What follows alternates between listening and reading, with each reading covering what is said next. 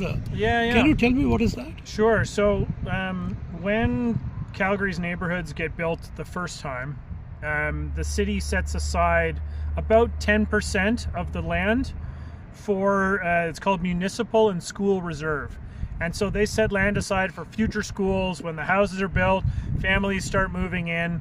Hey, we need new schools. We need new elementary school, new junior high, new high schools. But they set aside more land for that than is needed. And so oftentimes not every site gets a school. And so this site, even though it's set aside for a school, they haven't needed it yet. There hasn't been enough students. And so it's been sitting empty for almost 30 years. My goodness. And so the community has tried to do other things with it in the past, but it's never really gone anywhere. And so when we started exploring the opportunity, because our group discovered that there can be more than 100 of these empty school sites in the city at a time, each one is at least 5 acres big. That's 500 acres of the city that's just grass, that's not doing anything, that could be something more interesting, more productive, better for the community. And like, you know, you can see around here, there's already lots of fields for soccer and football for kids to play. I can you know, see, we would never, we would never set up anywhere that's already being used for soccer. And like this field was just, there was nobody using it. And so we thought it was an awesome opportunity to set up a garden. And so the general impression here in Calgary is that this government departments, I don't know whether I should say red tapeism or not.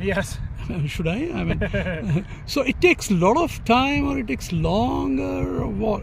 What is that? They don't work, or they work slow, or what? Yeah, you know, so we're the first community group that's ever been given access to one of these properties totally. And so for the city, it was very new. It was a new project, and I think like most people understand, government are usually risk averse. They don't like taking on risk, and so anything that's new. But that's good, I believe. I mean, it's good in general. We don't want our cities doing things that are risky. That's our tax money and our land and our city, so it's good. But oftentimes they are more careful than they need to be. It's just because they don't have a system built. If we were to build a condo or a community center or something, there's a process for that. That's right. They don't have a process for building an urban farm on a school site. There was no process. And so one of the things that we're doing is helping them create the process as we go through it. And so while it takes longer, we're happy in that the next one should be easier. That's right. And if other community groups want to do something similar, they'll have an easier time getting started. And so we're kind of, we call it the tip of the spear. So we start, and then everybody behind has a little bit.